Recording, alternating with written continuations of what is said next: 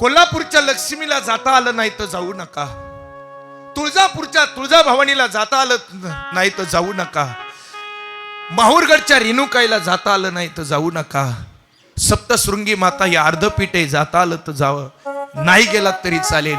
ही 3.5 शक्तिपीठ महाराष्ट्रातली आहे, नाही जाता आली तरी चालेल, पण घरातली 3.5 शक्तिपीठ जपा. ही घरातली 3.5 शक्तिपीठ कोणती? अरे घरातलं पहिलं पीठ जर कोणतं असेल तर ती जन्मदाती आई हे घरातलं पहिलं पीठ आहे, हिला जपा. दुसरं घरातलं शक्तिपीठ आहे जिने तुमच्या माझ्या हातावरती राखी बांधली, ती बहीण तुमचं माझ्या घरातलं दुसरं शक्तिपीठ आहे.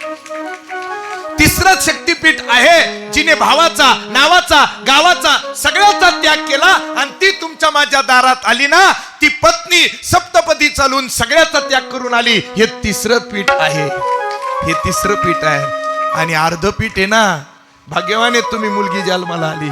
हे अर्धपीठ म्हणजे ही मुलगी आहे. ही 3.5 शक्तिपीठ ज्याला ज्याला सांभाळता आली ना, ती नाही माहूरगडला गेला, नाही तुळजापूरला गेला, नाही कोल्हापूरला गेला, नाही सप्तशृंगीला गेला ना, तरी त्याच्या घरात देवी आल्याशिवाय राहणार नाही. एवढी ताकद ह्या 3.5 शक्तिपीठात आहे.